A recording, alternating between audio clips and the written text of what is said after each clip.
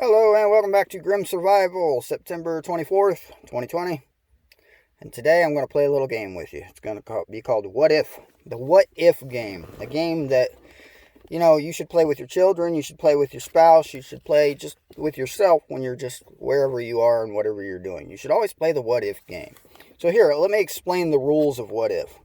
What If is just a simple game where you put yourself in your mind in certain scenarios with, pertaining to wherever you are or whatever you're doing. So I will give you an example right now. I am sitting in a vehicle. I'm not moving, I'm not driving. So what if the tree over there fell on my car while I'm sitting in it? What if? How would I get out of my car? What if the steering wheel pushes against my legs? Because, yeah, it happens. And I'm trapped in here. And then what if it starts leaking gas, and by some weird miracle or disaster, a spark happens, and, now I got a little fire burning down there, and I'm trapped in my car. What if? What do you do? So, playing games like that, it's a what if game. So, to give the answer to that, what do I do? If I'm trapped in my car and it's burning and I can't get out of there, what if is, well, I guess I'll start praying at that point, because there's really not much you can do. I don't really know if I could saw through my steering wheel or not, but I might give it a try if I'm desperate enough and still coherent enough to think that. So playing the what if game is something you should definitely do with yourself. With your spouse, with your children. I play it with my kids. I do. What if? What if? What if? You always ask what if. I will probably run through a couple other scenarios here, but here's a good one, and it pertains to driving. What if you're driving down the road? Your car breaks down. You have to pull over to the side of the road. You have your kids in the back. It's cold outside because winter is almost here. And for a lot of the country, it actually has arrived early. So what if? Do you have a kit in your car? You have the ability to stay warm? I have seen people that have been stranded for days in traffic jams from pileups. It's very common in southeast Texas along I-10 between Beaumont and Houston to have major issues with fog in that particular area, really close to the Gulf. And the temperature changes in that area can go from cold to hot, in a single day. So fog happens quite often in the area and right around the shoreline there in the Gulf. So pileups happen all the time. I mean, as sad as it is to say, people just don't pay attention. They're looking at their phones, and cars bounce off of each other, and then more cars bounce off. And then you have, 20, 30 cars blocking a road because none of them can move. And 3 or 4 days later, you're still sitting in your car. What if? Do you have food in your car? All right, so, yeah. What if? What if you're asleep at night and you hear that proverbial noise, proverbial, I guess, I don't know. What if you hear that noise, that bump in the night? That's what they like to say, the bump in the night. What if? What do you got? You gonna pick up your knife? You gonna go after him with your sword? Gonna ninja chop him? Yeah, gonna ninja chop him. Got a baseball bat next to your bed? What if you had, a rifle next to your bed? Do you know what's behind them if you have a rifle next to your bed? Or a pistol? Do you know that when you pull that trigger that you're not going to accidentally take out somebody else sleeping in another room? Accidentally? I mean, what if? There's a lot of what ifs. Especially if you do things like I do, go out adventuring out in the forest by yourself, climbing up and down very steep hills, and doing some of the craziness that I do. What if? What if I fall and break my leg? My phone doesn't have any signal. What, am I just going to lay there and wait? Hope somebody strolls down the path sooner or later? I always tell people where I'm going. Always. And I give them an ETA when I expect to be back. And if I'm, several hours past that ETA, they try to call my phone. If my phone, if I don't answer, then they'll wait a little while longer. But at some point, they're coming to look for me. And they know generally where I was. Close enough, at least, that, I can get help. Because I carry, a ham radio with me, and frequencies within a few miles, they'll be able to say, are you there? And I'll be able to answer, assuming I'm still conscious. What if I'm not conscious? Then they're going to have to look for me. Yeah. So what if? What if the world runs out of coffee? I have coffee here from a restaurant, and it's not good. What if? What if the world runs out of coffee? There's going to be a lot of people unhappy about that. They're going to switch to what? sodas, Coca-Cola, things like that, other caffeinated drinks, teas maybe, but things that are way less healthy. Here's a good one. What if the CDC has been lying to us the whole time and masks really don't work? What if? Are you still going to wear it?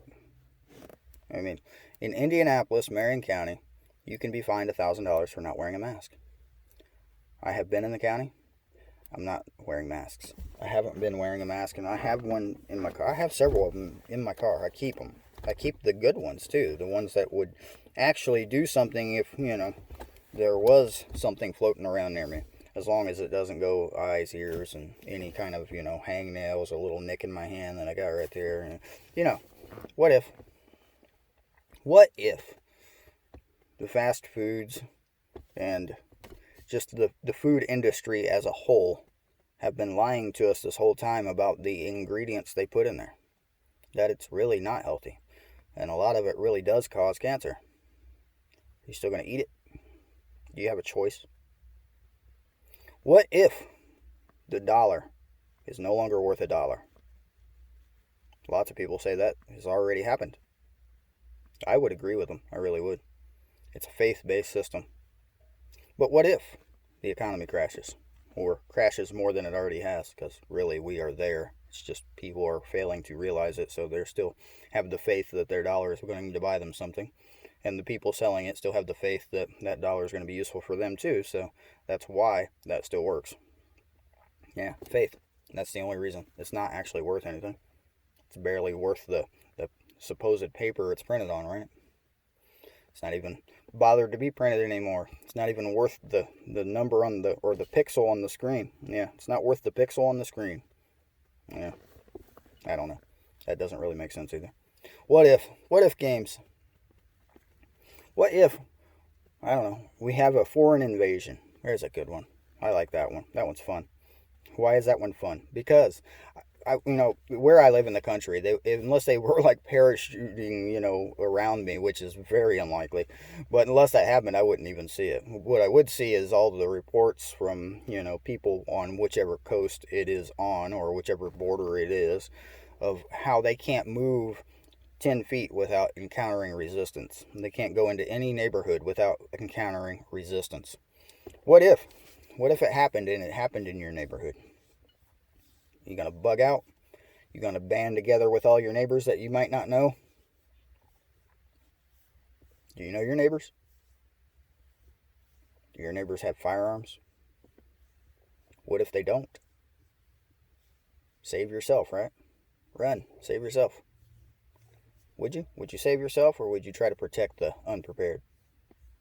It's a question you got to ask yourself. One of the first videos I ever made, the very first video I ever made, is talking about hard choices on this channel. If you go all the way back, it's titled SHTF, Kids Will Die. That is the title of the video. Because, what if? What if you have so much food to last you a year? You even have food for extra people, and you give it to extra people. But what if you're exhausting your resources, and in the street in front of your house are starving children? Could happen. Very well could happen. So yeah, reports are flying around all over of CDC and how full of it they are. CDC, Center for Disease Control. And they don't even know.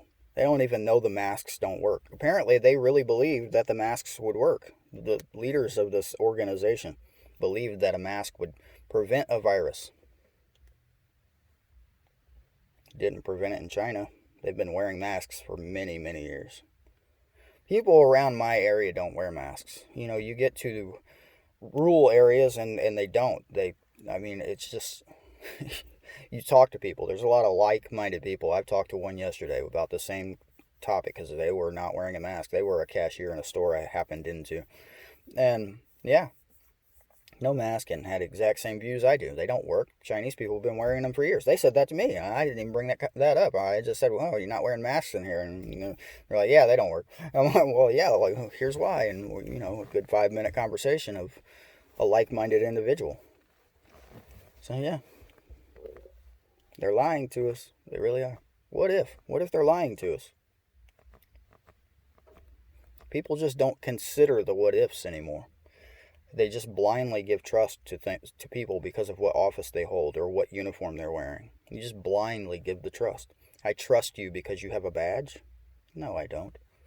Police officers are the same as anyone else. You have good ones, you have bad ones. Should you blindly give your trust to somebody like that? They have a lot of power. Some say way more than they should. Militarized is what they've become, and they're doing the job of the National Guard. That's really what they're doing. What if a lot of these protesters get their way and the police forces are abolished? What if that happens? Yeah. What if it happens? And you go into a city and there's no police and nobody to protect anything, and everybody starts doing whatever they want to do. We've already seen that happen, haven't we?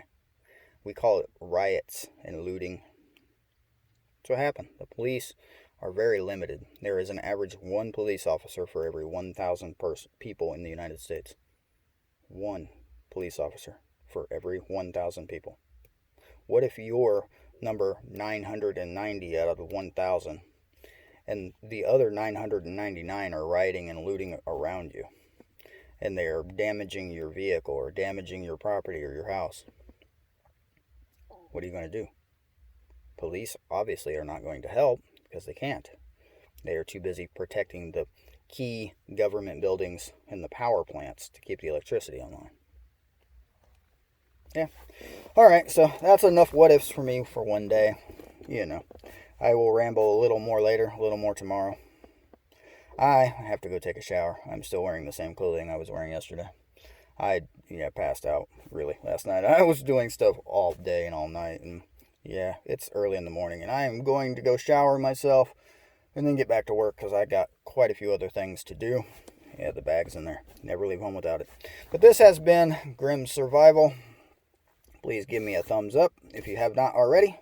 Remember, hit that subscribe button, the little bell icon, if you trust YouTube to give you notifications. You got to click all on that notifications. When you click the bell icon, there's 3 options now. Click the one that says all, and you should get the notifications.